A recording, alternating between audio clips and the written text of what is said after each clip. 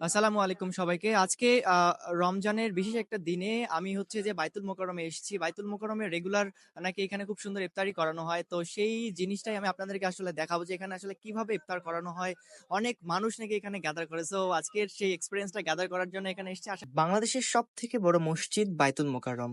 বাংলাদেশের প্রত্যেকটা মানুষ যে যেখানে থাকুক না কেন বাইতুল মোকাররম মসজিদে একদিন নামাজ পড়বার ইচ্ছে পোষণ করবে, এটাই স্বাভাবিক। কারণ এই মসজিদ আমাদের জাতীয় মসজিদ। আর এবছর ইফতার ঘিরে, শুধু এবছর না প্রতিটা বছর নাকি এখানে ইফতার ঘিরে প্রত্যেকটা রমজানের দিনেই ইফতারি করানো হয় এখানে হাজার হাজার মানুষকে। সেই হাজার হাজার মানুষের সঙ্গে আজকে ইফতারি করে নিজেকে অনেক বেশি ধন্য মনে করছি। কারণ আমি সঙ্গত কারণে দেখে আসছি বহির্বিশ্বের অনেক মুসলিম কান্ট্রি গুলোতে হয় কি যে জাতীয় মসজিদ সহ অন্যান্য যত বড় বড় মসজিদ আছে সব মসজিদ গুলোতে একত্রিত করে মুসলিম সব ভাইয়েরা মিলে একত্রিত করে হচ্ছে ইফতারি করানো হয়।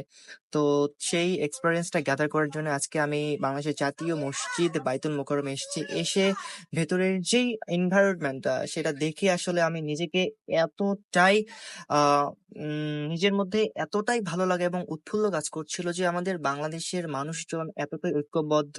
আমাদের মুসলমানদের শান্তির ধর্ম, সেটা আসলে এই এই জায়গাটাতে না আসলে আসলে দেখা যাবে না। দেখেন কত সুন্দর করে প্রত্যেকটা জায়গায় এত সুন্দর করে ইফতারের অ্যারেঞ্জমেন্ট করা হয়েছে, সেটা আমি আপনাকে আসলে বলে বোঝাতে পারবো না।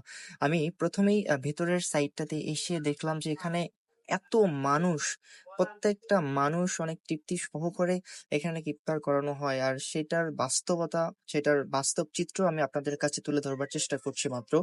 আমি একটা জিনিস অবাক হয়ে যাই যে বাইতুল মোকাররমের ঠিক এটা ভেতরের যে এই ফ্রন্ট সাইডটা আছে, এখানেই কমপক্ষে আপনার 5,000 মুসলমান ভাইয়েরা এখানে বসে ইফতারি করছে। আবার এই যে এখানটাতে বাইরের মানুষজনও আছে।